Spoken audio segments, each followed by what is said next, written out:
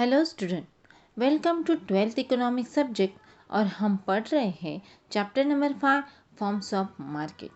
Student, हमने पिछले 2 lecture में मार्केट की डेफिनेशन देखी। मार्केट का मीनिंग क्या है इसको हमने इसका हमने बारीकी से स्टडी किया। मार्केट में क्या क्या होता है, बायर और सेलर दोनों होते, अ प्रोडक्ट और service to be bought and sold, brought and sold. Price of the product, price कैसे, प्रोडक्ट की प्राइस कैसे डिटरमाइन की जाती है, और क्लोज कांटेक्ट बिटवीन बायर और सेलर के बीच में कैसे क्लोज कांटेक्ट होते हैं। फिर नॉलेज अबाउट मार्केट, जो बायर और सेलर्स होते हैं उनको मार्केट का नॉलेज होना चाहिए, ये हमने देखा। फिर उसके बाद हमने क्लासिफिकेशन ऑफ मार्केट, ये जो मार्केट का क्लासिफिकेशन जो 3 पार्ट्स में, जो 3 मेन पार्ट्स है उसमें किया गया है, उसमें कि हमने फर्स्ट जो पार्ट था on the basis of place, उसके 3 पॉइंट देखे। फिर उसके बाद on the basis of time, उसके भी हमने 4 पार्ट देखे। और पिछले लेक्चर में हमने देखा कि on the basis of competition, इसमें 2 पार्ट है, एक तो है परफेक्ट कंपटीशन और दूसरा है इम्परफेक्ट कंपटीशन। तो इसमें हमने परफेक्ट कंपटीशन का मीनिंग देखा, यानी परफेक्ट कंपटीशन क्या है। ये एक इमेजिनरी कंसेप्ट है, ये हमने पिछले लेक्चर में देखा। और उसके जो 8 फीचर्स थे, उस 8 फीचर्स का भी हमने बारीकी से स्टडी किया।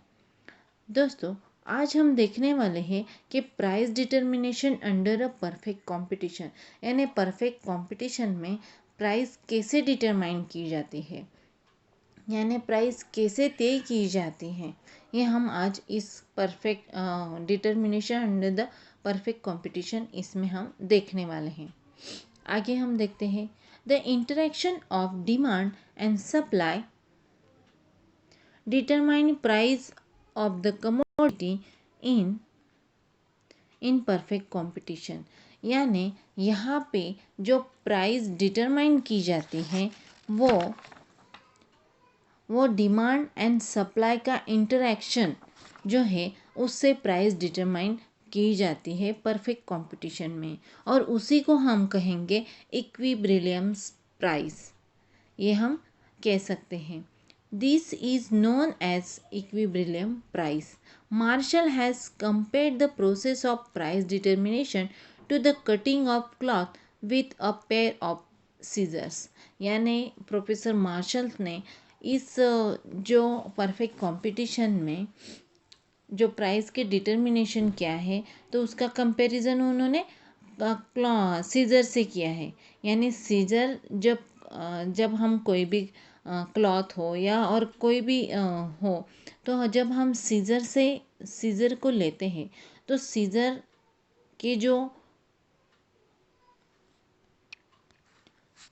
का यूज़ करते समय हमें सीजर के जो दोनों बोथ द ब्लेड्स होते हैं, तो वो दोनों ही हमें यूज़ करने पड़ते हैं। एक जो ब्लेड से हम कट नहीं कर सकते, क्लॉथ हो या कुछ और हो, वो हम कट नहीं कर सकते। Both the force of demand and supply are essential to determine the equilibrium price in the market, यानी इस परफेक्ट कंपटीशन में वैसा ही है, डिमांड और सप्लाई इन दोनों को इक्विबिलियम प्राइस की डिटर्मिनेशन के लिए, यानी प्राइस तय करने के लिए, ये दोनों ही हमें लगने वाले हैं परफेक्ट कंपटीशन में। ये दोनों ही बराबरी का काम करने वाले हैं, demand and supply. This is the explanation with the help of the following schedules and diagram. आपको यहाँ पे देखो एक डिमांड का शेड्यूल्स दिया गया है, डिमांड एंड सप्लाई का, और उसकी डायग्राम भी दी गई है। इससे आपको पता चलेगा कि परफेक्ट कंपटीशन में प्राइस कैसे डिटरमाइन की जाती है, कैसे प्राइस तय की जाती है, और डिमांड और सप्लाई का क्या रोल है इस शेड्यूल में हम देख सकते हैं। यहाँ पे आप देख सकते हैं कि 1 2 3 4 फोर्थ जो कॉलम बनाए गए हैं। फर्स्ट कॉलम में यहाँ पे बताया गया है प्राइस पर केजी ऑफ एप्पल्स, यानी यहाँ पे एप्पल्स का एग्जाम्पल दिया गया है। पर प्राइस जो पर केजी क्या होती है एप्पल की, उसका हम एग्जाम्पल देके उससे हम समझ सकते हैं कि डिमांड एंड शेड्यूल ये दोनों का क्या रिलेशन है, यानी ये दोनों कैसे इक्वल होनी चाहिए, ये हम देख सकते हैं। इनका रिलेशन क्या है यह हम देख सकते हैं। दूसरा जो कॉलम है वो क्वांटिटी डिमांडेड इन केजी में है, यानी जो क्वांटिटी है एप्पल की क्वांटिटी है वो उसकी डिमांड कैसी है वो केजी में यहाँ पे बताया गया है। और थर्ड जो कॉलम है वो क्वांटिटी सप्लाइड इन केजी, क्वांटिटी जो सप्लाई जो है वो कैसे किया जाता है क्वांटिटी में इन केजी में वो बताया गया है।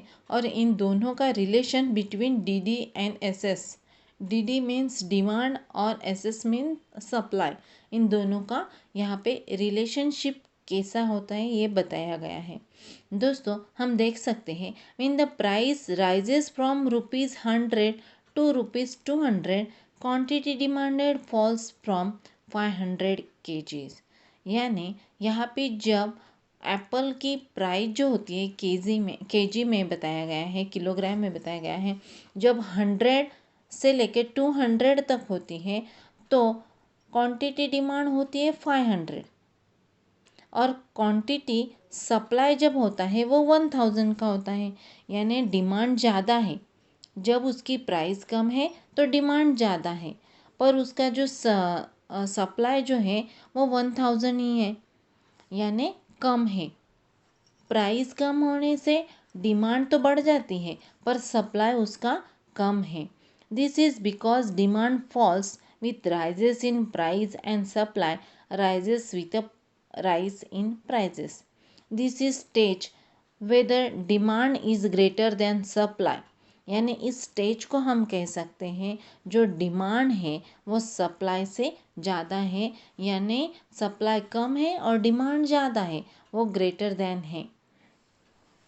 वैसे ही हम देखते हैं when the price rises to ₹300, quantity demanded and quantity supplied become equal, यानी जब प्राइस बढ़ जाती है, देखो आप देख सकते हैं पहले 100 थी फिर 200 हो गई, तब डिमांड ज़्यादा ही थी, 5000 थी और 4000 थी, पर सप्लाई उसका कम था।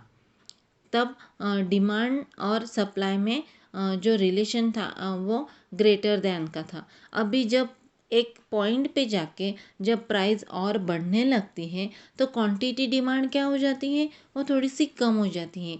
लोग क्या करने लगते हैं, प्राइस बढ़ने लगी तो लोगों की डिमांड भी कम हो जाती है, पर सप्लाई वो ज़्यादा होने लगता है। सप्लाई भी उसी तरीके से, यानी 300 जब प्राइस होती है तो 3000 डिमांड होती है और 3000 सप्लाई होता है, यानी ये दोनों इक्वल्स होते हैं।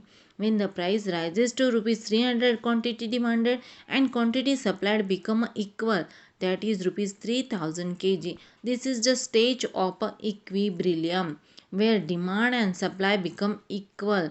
यानी हमने देखा जो सीज़र का, डॉक्टर मार्शल ने सीज़र का जो एग्जाम्पल दिया है, उन दोनों ब्लेड जब हम यूज़ करेंगे कट द क्लॉथ, तब दोनों ब्लेड लगते हैं, तभी इक्विब्रिलियम प्राइस तय की जाती है। वैसे ही यहाँ पे डिमांड और सप्लाई जब इक्वल होते तो उसको कहेंगे हम बिकम द इक्विब्रिलियम प्राइस। आगे देखते हैं हम, when price further rises from ₹400 to ₹500, demand falls from ₹2000 kg to ₹1000 kg and supply rises from ₹4000 kg to ₹5000 kg, the supply is greater than demand. देखो दोस्तों हम आगे देखते हैं, जब एप्पल की प्राइस पर केजी में एप्पल की प्राइस बढ़ने लगती है तब क्वांटिटी डिमांड जो होती है वो कम हो जाती है। लोगों की डिमांड, हमने पिछले जो चैप्टर थे उसमें भी देखा, जब प्राइस ज़्यादा होती है तो डिमांड कम होती है। वही ये यहाँ पे भी वही हो रहा है, जब प्राइस ज़्यादा हो गई तो डिमांड कम हो गई, पर सप्लाई तो ज़्यादा हो रहा है, सप्लाई ज़्यादा हो रहा है। अभी हम देखते हैं कि आप मार्केट में जाते हो तो मेथी जो है उसका सप्लाई बहुत बढ़ गया है, बहुत है, और उसकी प्राइस तो कम हो गई है। क्या हो गई? उसके प्राइस कम हो गई। ये आप देख सकते हो। उसका डिमांड जो है वो धीरे धीरे कम हो रहा था। पर जब शुरुआत में उसकी प्राइस ज़्यादा थी तो उसका डिमांड भी ज़्यादा था पर सप्लाई कम था। ये हम यहाँ पे देख सकते हैं। अभी हम देखते हैं कि प्राइस ज़्यादा हो गई तो क्वांटिटी डिमांड कम हो गई और सप्लाई ज़्यादा हो गई, यानी डिमांड और सप्लाई में लेस देन यहाँ पे रिलेशन हमें दिखाई दे रहा है। Thus, the process of price determination is explained in the following figures. हम यहाँ पे अब देखते हैं कि जो फिगर बताई गई है, ये फिगर में उसका एक्सप्लेनेशन हमें दिखाई दे रहा है। In this diagram, x-axis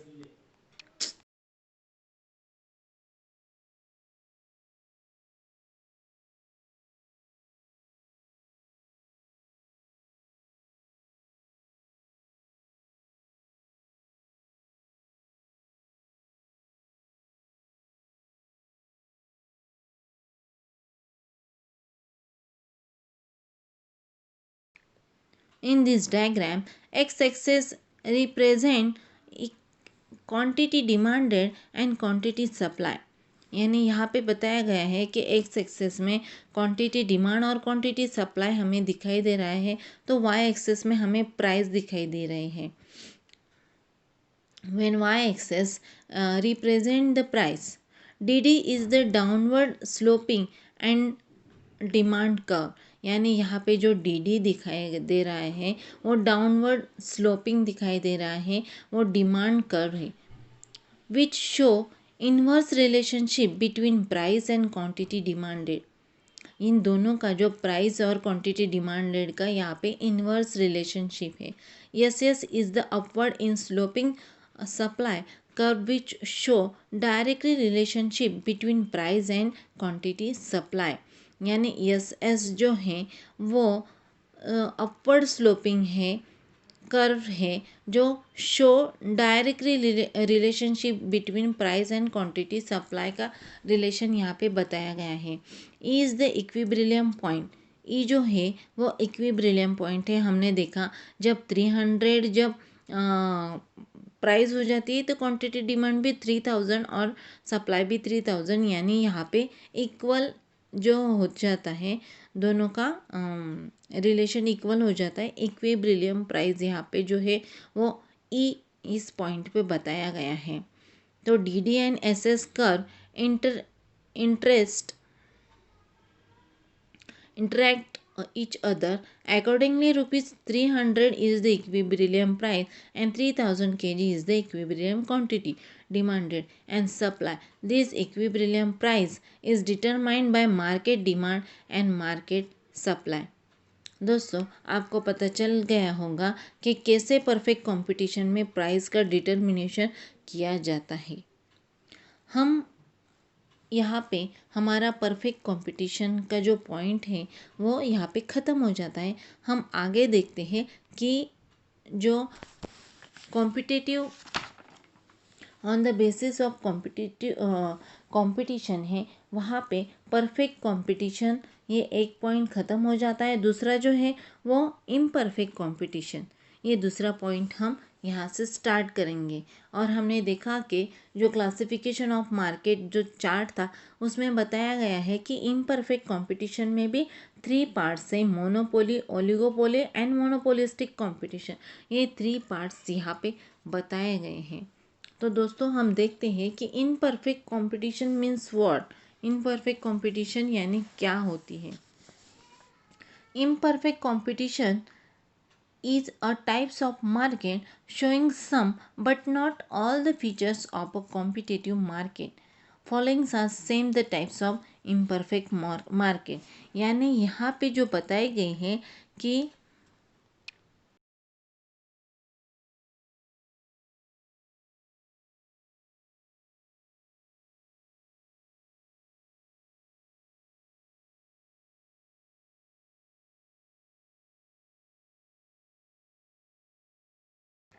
competitive market के यहाँ पे ऑल फीचर्स हमें दिखाई नहीं दे रहे हैं। Following are the same of the types of imperfect market, यानी इम्परफेक्ट मार्केट के हमने जो टाइप्स है, 3 टाइप्स मैंने अभी आपको बोला, मोनिगोपोली, monopoly, oligopoly and monopolistic competition. तो हम पहले जो देखते हैं मोनोपोली कंपटीशन। अभी मोनोपोली कंपटीशन मीन्स क्या है हम देखते हैं। The terms monopoly is derived from the Greek words mono, which means single, and polo, which means sailors। यानी ये जो शब्द है, ये जो वर्ड है मोनोपोली, मोनोपोली को यानी यहाँ पे उन्होंने उसका जो डेफिनेशन बताया गया है तो उनको डिवाइड किया है उस वर्ड को। मोनो जो है, मोनो मीन्स सिंगल, यानी एक सिंगल कोई भी मार्केट हो, एंड पोलो मीन्स सेलर, यानी single sellers. Monopoly means single sellers. Monopoly is the market in which there is only one seller who control the entire market supply for a product which has no close substitute। यानी यहाँ पे एक single person, यानी एक कोई भी single firm जो होती है वो पूरे मार्केट को कंट्रोल करती है। उनका जो प्रोडक्ट होता है उसको वो सप्लाई करती है। उनका क्लोज उसको सब्सटीट्यूट कोई भी नहीं रहता। उसके जो प्रोडक्ट होता है उसका कोई भी सब्सटीट्यूट नहीं रहता, उसको हम कहेंगे monopoly. According to E.H. Chamberlin, जो चेम्बरलिन्स हैं उन्होंने एक डेफिनेशन बताई है मोनोपोली की। Monopoly refers to a single firms which has control over the supply of product which has no close substitute. यानी यहाँ पे बताया गया है कि मोनोपोली रेफर्स, ये एक ऐसी कंसेप्ट है जो एक सिंगल फर्म्स होती है which has control over the supply, वो सप्लाई को कंट्रोल करती है ऑफ अ प्रोडक्ट का जो सप्लाई करते हैं उसको कंट्रोल करती है, which has no close substitute, उसका कोई भी सब्सटीट्यूट नहीं रहता। ये ऐसी मोनोपोली की डेफिनेशन है। आगे हम देखते हैं following are the main features of monopolies market. यहाँ पे मोनोपोली मार्केट के फीचर्स बताए गए हैं। यानी मोनोपोली का जो वर्ड्स हमने देखा, मोनोपोली कंपटीशन यानी मार्केट कैसा है, इसका हम बारीकी से यहाँ पे स्टडी करेंगे। पहला जो फीचर्स है single seller, second no close substitute, third barriers to entry, and fourth complete control over the market supply, 5 price market, 6 price discrimination, 7 no distinction between firms and industries। First जो है वो single seller. Single sellers mean in monopoly there is no competition as there is only one single producer or seller of the product but the number of buyer is large। यानी यहाँ पे जो बताया गया है एक सिंगल सेलर होता है पर उसके जो बायर्स होते हैं वो लार्ज नंबर के बायर्स होते हैं। यहाँ पे जो प्रोडक्ट बिकने वाला है वो प्रोडक्ट भी एक सिंगल प्रोडक्ट होता है, यानी सेलर भी एक, प्रोडक्ट भी एक, पर बायर बहुत सारे, इसको हम कहेंगे single seller. Second no close substitute, there are no close substitute for the product of the monopolistic.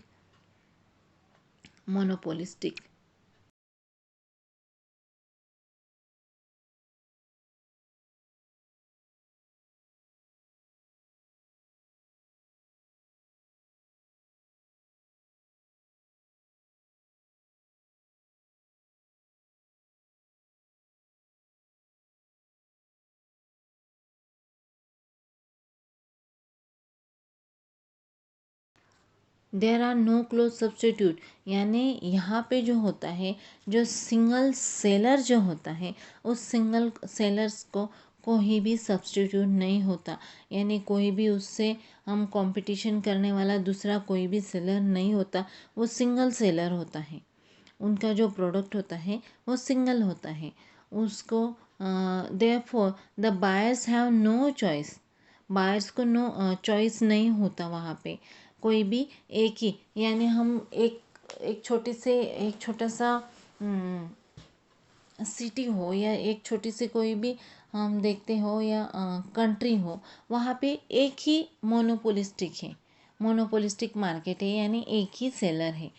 हमें उन्हीं के पास जाकर वो पर्टिकुलर प्रोडक्ट परचेस करना है। जो कस्टमर है, बायर है, उन्हीं को वहीं पे जाके वो प्रोडक्ट परचेस करना है। उनको दूसरा कोई भी सेलर वहाँ पे नहीं मिलता। यानी कस्टमर को जब प्रोडक्ट चाहिए होता तो उनके ही पास जाकर उनको प्रोडक्ट लेना पड़ता है। They have no either buy the product from the monopolistic or go without. The cross elasticity of demand for his product is either zero or negative. यानी यहाँ पे जो है क्रॉस इलास्टिसिटी ऑफ डिमांड जो है प्रोडक्ट की, वो either तो ज़ीरो है या निगेटिव है। थर्ड हम देखते हैं barriers to entry. Enter of the rivalry is restricted due to legal, natural, technological barriers which do not always the competitors to enter the market। यानी यहाँ पे जो है जो बैरियर्स लगाए गए हैं, जो सेलर्स होते हैं उनके ऊपर बैरियर्स लगाए गए हैं। नेचुरल तरीके से देखो, लीगल तरीके से देखो या टेक्नोलॉजी के तरीके से देखो, तो उन पे कोई भी रिस्ट्रिक्शन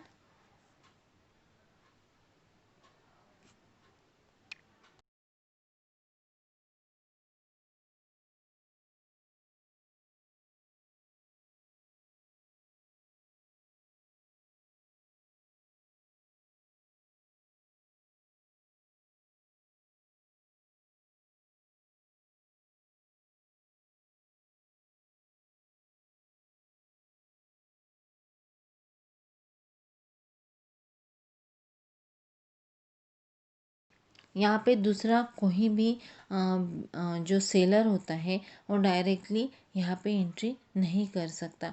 वो कोई भी competitors in to the entry, यानी यहाँ पे दूसरा कोई कंपटीशन में कोई भी नहीं आता।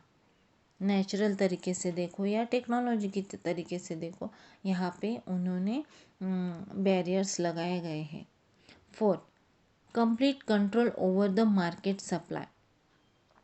The monopolistic has complete hold over the market. He is sole producers and sellers of the products.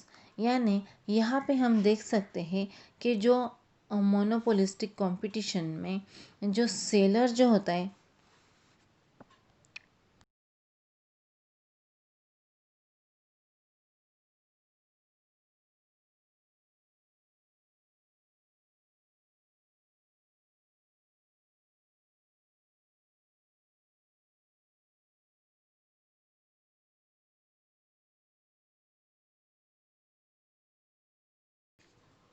जो मोनोपोलिस्टिक होता है वो सिंगल पर्सन होता है। वो अपना प्रोडक्ट खुद ही बनाता है और वो खुद ही उसको सेल करता है। यानी वो पूरा उसका जो मार्केट पे जो होता है वो कंट्रोल रहता है, पूरा मार्केट पे उसका ध्यान रहता है। वो खुद ही वहाँ पे कंट्रोल कर सकता है मोनोपोलिस्टिक, क्योंकि वो खुद ही अपना प्रोडक्ट बनाता है भी और वो अपना प्रोडक्ट सेल भी करता है। 5. Price market. A monopolistic can fix the price of his own product as he control the whole market supply। यानी जो मोनोपोलिस्टिक्स होता है वो उसका पूरा जो मार्केट में वो खुद ही अपना सेल करता है प्रोडक्ट का, तो उसका पूरा कंट्रोल रहता है मार्केट के सप्लाई पर। तो वो इसका कंट्रोल होने की वजह से वो प्राइस वो खुद ही तय करता है, वो किसी की सलाह नहीं लेता। वो उसका प्रोडक्ट खुद का रहता है तो वो उसकी ज़्यादा प्राइस भी लगा सकता है और कम भी प्राइस लगा सकता है। वो उसका पूरा हक मोनोपोलिस्टिक का पूरा हक उसके मार्केट के प्राइस के हिसाब से, मार्केट के हिसाब से वो अपना प्राइस लगाता है। सप्लाई कैसे करना है, किस तरीके से सप्लाई करना है, फिर मार्केट में ग्राहक जो कस्टमर्स आने वाले हैं उनको वो ऐसे फिक्स प्राइस बताता है, ज़्यादा भी नहीं और कम भी नहीं, उसके हिसाब से वो प्राइस डिटरमाइन करता है। ये पूरा हक मोनोपोलिस्टिक को अपने मार्केट में रहता है। 6. प्राइस डिस्क्रिमिनेशन, यानी monopolistic begin a price market, he can charge different prices to different consumers for the same product. यानी यहाँ पे जो डिस्क्रिमिनेशन, यानी यहाँ पे वो डिफरेंट प्राइस, यानी ग्राहक कस्टमर्स कैसा है उसके हिसाब से वो अपने प्रोडक्ट की प्राइस लगा सकता है। जब प्राइस वो बढ़ा भी सकता है और प्राइस कम भी कर सकता है। वो कस्टमर्स को देख के वो प्राइस तय करता है on the basis of time, place etcetera. वो देखता है, प्लेस देखता है और टाइम देखता है, उसके हिसाब से वो प्रोडक्ट की प्राइस कम ज़्यादा कर सकता है। जब हम मार्केट में जाते हो तो कोई भी एक फार्मर देखो, जो फार्मर खुद ही अपनी खेती करता है और अपना जो प्रोडक्ट है वो मार्केट में बिकने के लिए लाता है। मार्केट में बिकने को लाने के बाद वो देखता है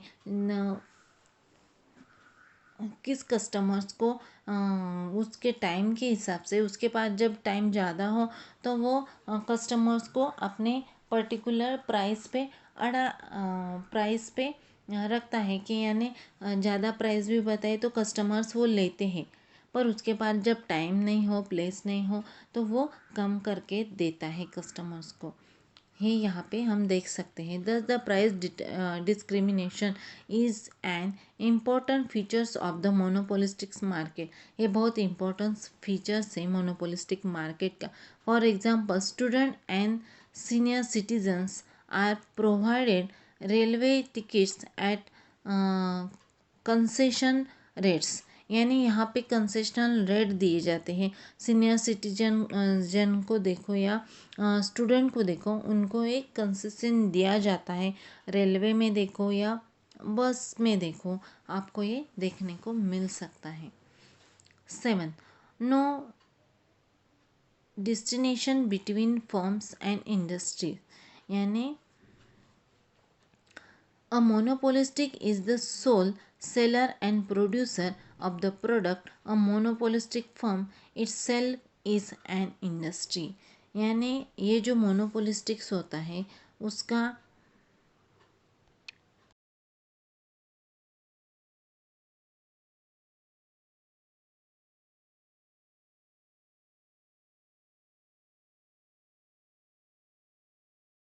मोनोपोलिस्टिक जो होता है उस मोनोपोलिस्टिक का जो होल रोल्स जो होता है, तो sellers and producer of the product, ये उसका रोल होता है। A monopoly firms itself is an industries, यानी मोनोपोलिस का जो it is self is an industry, ये उसका एक में ये उसका काम होता है। ये जो थे मोनोपोली जो हमने देखा इनपरफेक्ट कंपटीशन में, मोनोपोली ये जो फर्स्ट हमने पार्ट देखा, मार्केट देखा, इस मार्केट के हमने फीचर्स भी स्टडी किए। तो हम आगे के लेक्चर में देखेंगे टाइप्स ऑफ मोनोपोली, मोनोपोली के क्या टाइप्स हैं, ये हम आगे के लेक्चर में स्टडी करेंगे। धन्यवाद।